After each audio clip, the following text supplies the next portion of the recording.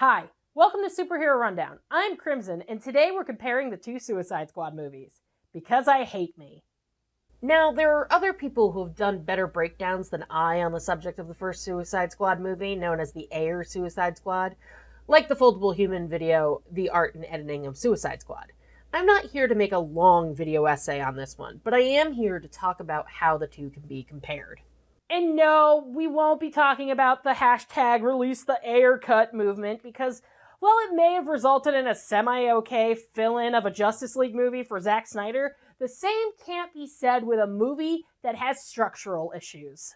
Let's start with Suicide Squad by David Ayer.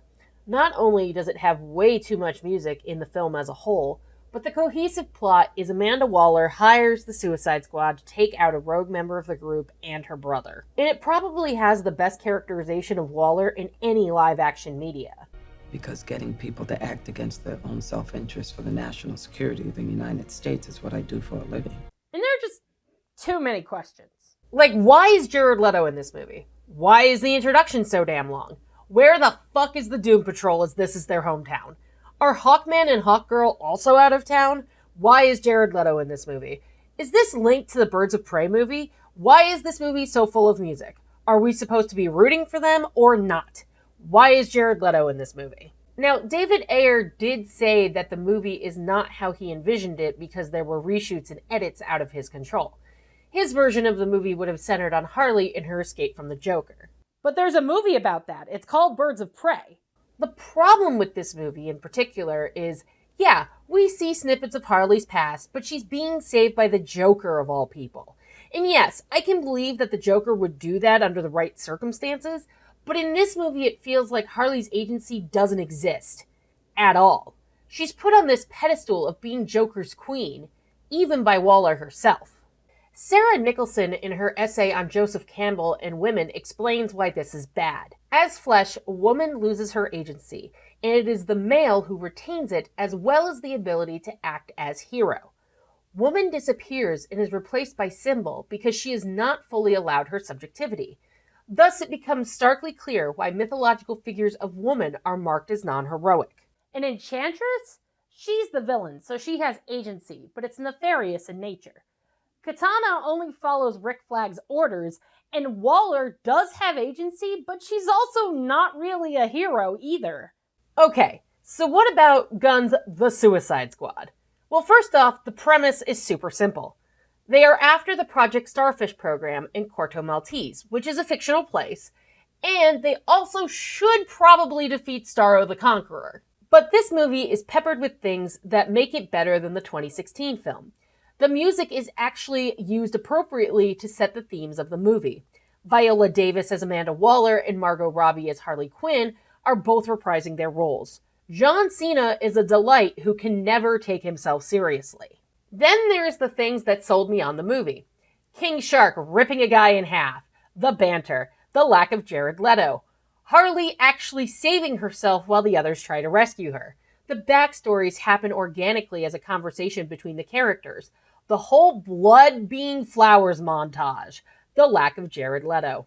The movie doesn't really have a lot of downtime either. I didn't find myself dreading how much of the film was left. I was more eager to see how the protagonist would deal with what was happening on screen. The other nice thing, though, is there are also returning Captain Boomerang and Rick Flag. It's just understood that they know each other from somewhere, but they never acknowledge the previous film, which is a step up in my opinion. Even James Gunn has said it's not a sequel or even a reboot. Charles Pulliam Moore shows us what that conversation was like. After taking some time to consider whether to take the film on, Gunn's main concern was whether he would be required to directly address the events in Ayer's film. His ultimate reaction was, ask Warner Brothers if I have to be bound by anything that has occurred before, any characters or anything off base, or can I start from scratch, Safran described. And the reaction was, we want Suicide Squad from the mind of James Gunn. That's what it is. So it's not a sequel, it's not a reboot. It's James Gunn's The Suicide Squad. And the film is violent. It's not just the body count either. In addition to King Shark's ripping a person apart, the film delights in the grotesqueness of its body horror. But the movie is all the stronger for it, because we know that this is James Gunn's The Suicide Squad. But the greatest thing about Gunn's movie? It's about something. It has the American government try to hide its mistakes from Project Starfish. And the government succeeds, but at the cost of losing Harley, Ratcatcher 2, Bloodsport, and King Shark to freedom. There's even a scene centered on American attitudes midway through the film. Monita Mohan tells us how brutal the scene actually is. While it starts out as a standard comic book film, partway through the story, the writing attempts to grapple with the idea that the American military and American ideology aren't always welcome. The Suicide Squad are essentially an arm of the American military intervening in a country that didn't ask for their help. There are Corto Maltese resistance fighters ready to overthrow the corrupt new president. That is, until Task Force X annihilates dozens of them in an attempted rescue mission. Where another film may have brushed off the many innocent casualties, in the Suicide Squad, Resistance leader Sol Saraya does not mince words about the shoot first, ask questions never attitude of Americans. Yeah, the squad murders a whole bunch of Resistance fighters and just tries to play it off, but it doesn't really work, especially after King Shark coughs up a finger. The other thing that makes this movie different? It calls the US the real bad guy. So much so that after learning about how the project came about, the US was in charge of the project all along. Noah Berlatsky elaborates on how this film really nails that Americans are the worst. The United States isn't just inept, it's also corrupt. Given the usual tropes of superhero films and the cosmic nature of the threat, you at first assume that Waller is sending her team in to save the world as a whole.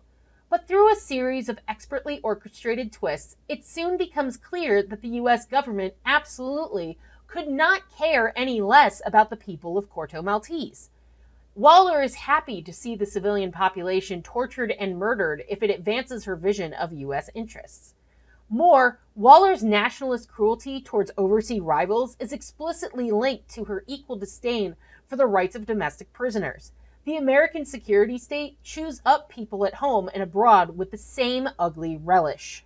And while Harley does save herself in this one, it can definitely be read as white American empowerment as she paints the screen with flowers from her non-white captors. Yikes. So is the 2016 film better because it has no clear-cut message? Not by a long shot. Gunn's film holds up better because it's not just about everything I've mentioned. It's also about how it all comes together in a cohesive package. It's about how these movies build on the comic itself, as Federico Pagello points out. Film adaptations of popular comics arguably represent one of the best demonstrations of this assumption. Far from abandoning the power of the narrative, they offer new forms of digital spectacle building on well-known heroes and sensationalist plots. Already in the first half of the 20th century, in fact, comics had proven the popular fiction was able to develop narrative models alternative to that of classic Hollywood features, in particular by using sophisticated forms of serialization. Moreover, from the 1980s onward, American comic books have also elaborated a highly self-reflexive approach. So where does this leave us? Well, to sum up, James Gunn's The Suicide Squad isn't the best film ever made, but it is much more cohesive than Ayer's Suicide Squad and challenges the ideals of American imperialism. I think we could use that right now, especially given that people are striking. With SAG-AFTRA and WGA striking, and UPS Teamsters looking to strike at the beginning of August, American exceptionalism and being above the rules isn't exactly a good look for the government or those in power right now. What I'm saying is, be like Bloodsport and demand your freedom from the billionaires. And for those of you who say there's no stopping American exceptionalism, just wait until UPS strikes, because right now, we're at the find out stage of fuck around and find out. Keep striking. Keep demanding from the Wallers of the world who will sacrifice you at a moment's notice. Be the change you want to be. Or at the very least, befriend a shark. He'll rip people apart for you.